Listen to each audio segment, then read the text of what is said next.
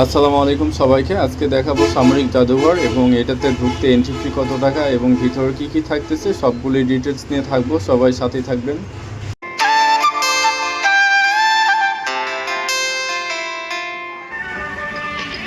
এখানে ভিতরে তাদের মাইকে মিউজিক বাজতেছিল।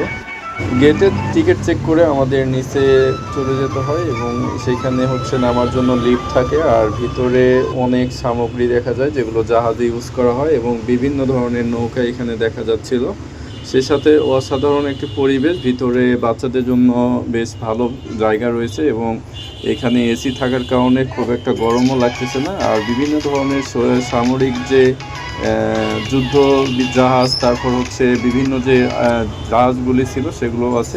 একই সাথে সব ধরনের গান আছে এখানে, পিস্তল, তারপর যুদ্ধ জাহাজ, তারপর আপনার সাবমেরিন, যত কিছু দরকার। এরপরে একটু মেশিন গান দেখলাম যেটা আমার খুবই ভালো লাগছে এবং সেই সাথে এখানে মাছও দেখা যাচ্ছিল এবং রকেট ছিল। এগুলো রকেট দিয়ে হয়তো তারা যুদ্ধে কাজে লাগায় এবং এগুলো ডিটেলস লেখা আছে এখানে।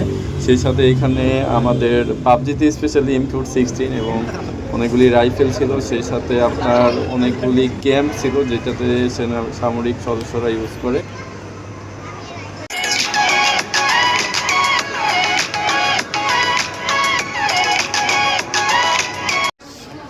শটগান, পিস্তল, এখানে বিভিন্ন প্রকার শটগান ছিল, একই সাথে পিস্তল, যেগুলো আমি আগে কখনো দেখি না। এখানে অনেক প্রকারের পিস্তল রয়েছে, সেই সাথে তলোয়ার রয়েছে এবং বিভিন্ন ধরনের যুদ্ধ সামগ্রী রয়েছে। এবং এরপর আমরা 3D আর্ট গ্যালারিতে প্রবেশ করব। আর্ট গ্যালারিতে প্রবেশের জন্য পার পারসন 200 টাকা করে টিকিট কাটতে হবে এবং আমরা প্রথমে যে মিউজিয়ামে ঢোকার জন্য টিকিট কেটেছিলাম সেখানে 100 টাকা ছিল এবং এর উপরে অনেকগুলি যুদ্ধে ব্যবহৃত বিভিন্ন প্রকারের যুদ্ধ বিমান এবং সবগুলি ছিল। এবং আমরা আর্ট গ্যালারিতে প্রবেশ করলাম অবশেষে এবং পায়ে পড়ার জন্য এখানে তাদের সেফটির জন্য বেশ কিছু জিনিস দিয়ে দিল। এরপর আমরা আর্ট গ্যালারিতে প্রবেশ করলাম এবং এখানে মূলত সবগুলি ছিল আর্ট করা এবং এটাতে বিভিন্ন ধরনের বাচ্চাদের থেকে শুরু করে সবার জন্য ছবি তোলার জন্য মানে বেস্ট একটা ছিল, প্লেস ছিল। এখন সবাই এখানে ছবি তোলাতে ব্যস্ত, আমরাও বেশ কিছু ফটোশ্যুট করেছি এখানে। আজকে এই পর্যন্ত, সবাই সুস্থ থাকুন, আল্লাহ হাফেজ।